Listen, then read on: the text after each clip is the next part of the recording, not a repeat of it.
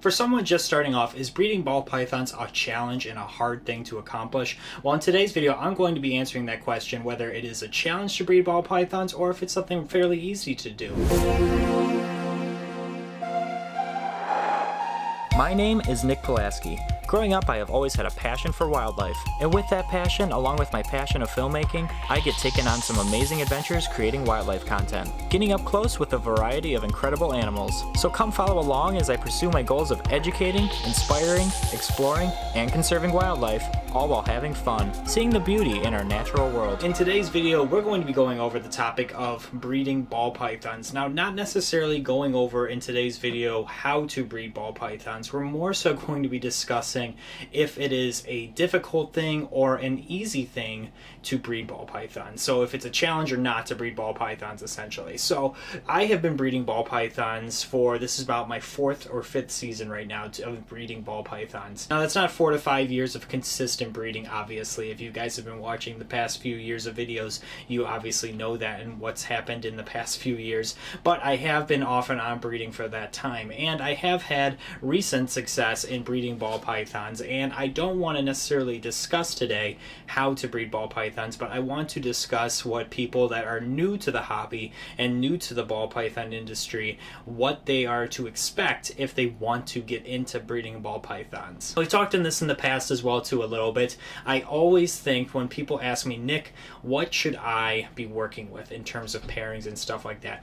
Truly, that's up to you. I personally love stuff that's either really, really dark or really, really light, which is kind of weird because that's both sides of the spectrum. But for example, I'm with this beauty right here, which is my hypo banana enchi right now, and she is a stunner, as you can see. Just a beautiful, beautiful example of this animal. That's kind of what I like, is I have two separate sides of things that I want to work with, and I kind of work two different tiers of super, super bright stuff and super, super dark stuff. But at the end of the day, it is all up to you in terms of your interests and what you want to breed. Just looking into the different morphs out there, there's so many beautiful ball python genetics out there that you just want to research over and over and hours that you can just kind of go into a rabbit hole of and just see what different combinations make certain things, see the pros, see the cons of different genes as well too, and how they affect other different things and other different pairings. That's a big part of all of this, is doing your research in general about how to breed ball pythons. Like I said, this is not a video on how to breed ball pythons. This is my personal experience and my opinion on if it is a challenge to breed ball pythons. Again, for someone that's just starting off, that question is something that's very heavy on them. Is this going to be a challenge? Is this something that I can do continuously and hold momentum?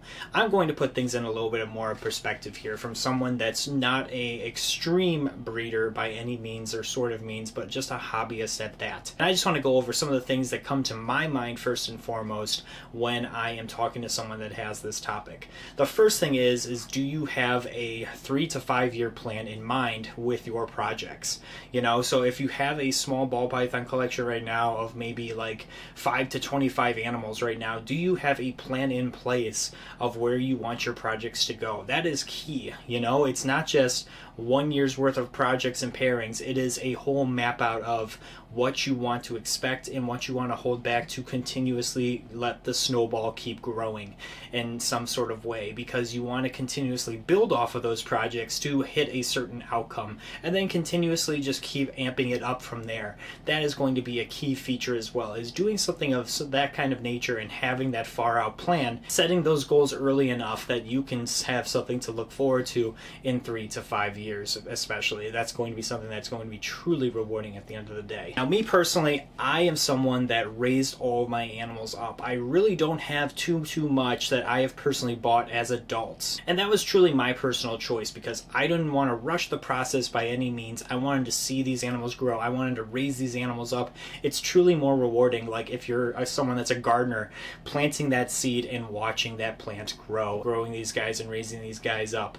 That's going to be something that's truly rewarding at the end of the day. So doing something of that nature is what I personally did. So raising this collection up from scratch and now really seeing the outcome of these animals and seeing the beautiful combinations. If you guys saw last week's video, I got my first clutch of this season, and that's from animals that I I personally have raised up, one of which was one of the babies that I personally produced. She was the mother to this clutch, so that's also a really cool highlight as well. So if you're going to go that route, that's going to take a few years as well too, because you're going to want to make sure that you're getting animals that you want to work with for the longevity of your projects. To raise those animals up, that's going to take a couple years at the minimal, so you want to make sure that those animals are going to be ready to go once they are reaching the certain age and maturity and size that they actually need to, so you guys can have really successful clutches and very minimal risk of health problems with your current animals in stock. Thing you have to keep in mind too is if you have room to keep holdbacks, like I said, 3 to 5 year plan, right? So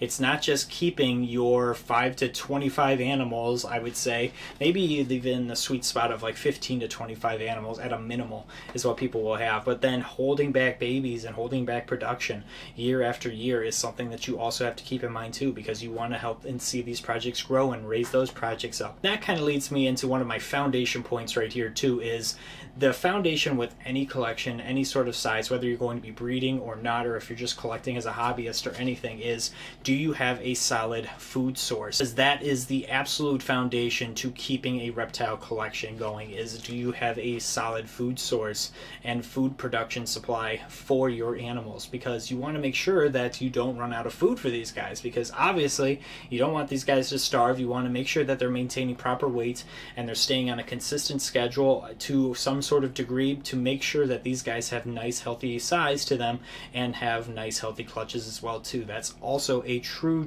important crucial point, is making sure you have a solid food source and supply for your animals as well. And to piggyback off that point, making sure that you are doing vital research on your supplier to make sure that they are supplying quality rodents to you, so you make sure that what you're putting into your animals is going to give you great outcome of what you put out of these animals as well. Now the next point I want to talk about is being realistic with your projects, and I mean this in two different ways. And that first way that I want to discuss is being realistic in the outcome and how many pairings you want to put together. You know, if you're first starting off, you don't necessarily want to be producing like 20 to 50 clutches in a season. Some people can get away with it, but it's very few people that could do that. I mean, especially in your first couple seasons, that's a lot of mouths to feed, that's a lot to clean up, that's definitely going from 0 to 100 really quick. You want to be realistic with your numbers, so you want to make sure if an animal is going to be producing 4 to 8 eggs, depending on the size of the animal, the female, you want to make sure that you are definitely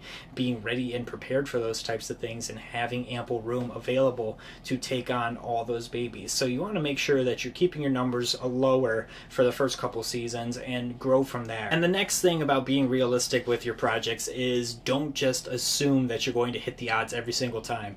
That's like going to the casino and assuming that you're always going to get blackjack every single time. It just doesn't work that way, guys. You know, we always are based on the odds gods at the end of the day. You know, we are just waiting to see what the outcome is. You know, there's never a guarantee.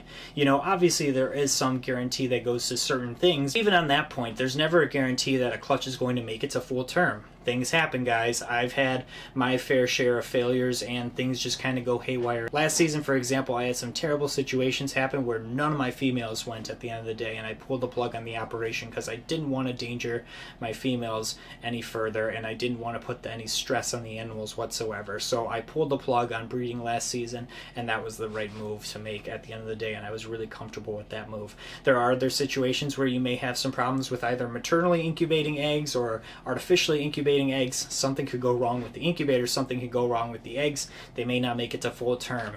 You know, there's never a guarantee in your production, so always being realistic with those odds too, along with being realistic with the outcome of the genetics that you produce as well too.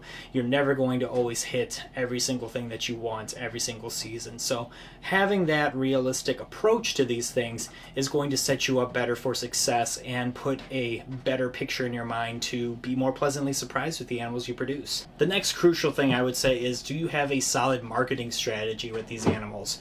And do you have a great way to sell these animals? Now, there are different sources out there. Obviously, you can go the online approach through Morph Market. You can go the show approach and go to your local shows, your national shows, wherever you may be. Doing those types of things is always a really fun way. But even before that, you know, do you have a good marketing strategy? Because there are thousands of people out there that are producing these animals, but do you have a solid way to market yourself? That is a key thing as well too. So you want to make sure that you are marketing these animals in a solid quality way to show off what you have. You could have the best animals out there, but if you don't have an ability to market yourself, no one's going to know about that. So you want to make sure that you're doing the best you can, both on social media, both in person, and getting to know people as well too.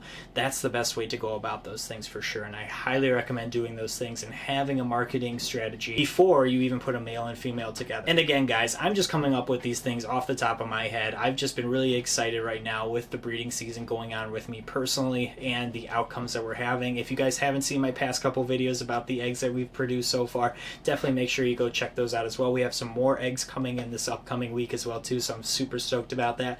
But I also want to hear from you guys too while I'm going through this. Leave in the comments too, if I don't mention anything, what you personally recommend for people who are starting to get into ball python breeding specifically. So I would love to hear your thoughts, because at the end of the day, we're all here to help each other out at the end of the day. So that's why I made this video, is to help every single person out there who's thinking about getting into ball pythons. And the next bit of advice that I have for you guys is making sure that you keep up with your husbandry and your husbandry is up to par, and also have a solid cleaning schedule. That is vital at the end of the day. You want to make sure that you're maintaining these animals properly and maintaining a large sizable collection that's only going to keep growing with holdbacks and babies that you're going to be producing to sell off as well too. So making sure that your husbandry and your cleaning maintenance is on par, and having a good solid schedule as well too to spot clean and do waters, that is also something that's key as well too. So don't skip on that as well. But the last big piece of advice that I personally can give someone through my personal experience is having people by your side that you can go to, and having a mentor to help you with what you're trying to accomplish in terms of ball python breeding. I've personally been super thankful with the people that I have in my corner and have had throughout the years. It's been super helpful to have someone that I can personally reach out to and get some advice from. So shout out to John Chosmer from John Chosmer Reptiles. He's been an absolute great person that I personally know I can always go to for personal advice. He's helped me from day one, which has been incredible, and super thankful for our friendship, and just seeing his collection in person, telling me what to do, what not to do, and all the different ideas that he's had and the things that we've brainstormed at the end of the day. I mean, we will be talking till like 2-3 o'clock in the morning sometimes about different things I have remembered. So it has been really helpful. He's been someone that I have always been able to go to in terms of advice for these animals, which has been super helpful. And another person I also wanted to thank is also Brian Barczyk. So Brian has been a dear friend of mine as well too, and in my early time of being in Michigan, he was someone that would show me the ball python lair, as he called it, and really see different combinations and really kind of brighten my eyes in terms of what you could really do with these animals. Now at the time I was already starting and snowballing with the projects that I had and already in the midst of breeding, but he showed me how to take it to the next level with different projects as well too. So I was super thankful in those early days of going there so often, how he kind of told me and showed me the ropes on different projects with ball pythons and also other species as well too. So that's been also a really crucial thing that I think has really helped me. So again, shout out to Brian Barczyk. We miss you every day, buddy. But between those two and so many other people that I could just keep going down the Rolodex of names, there has been so many people that have helped mentor me in terms of production and working with this species. Having that type of mentorship and people that you can go and reach out to ask questions with has really been something that has pushed the envelope further for me and helped me build my own personal confidence. Because yeah, some people can just pick this up on their own, and that's great, but having those do's and don'ts and people's experiences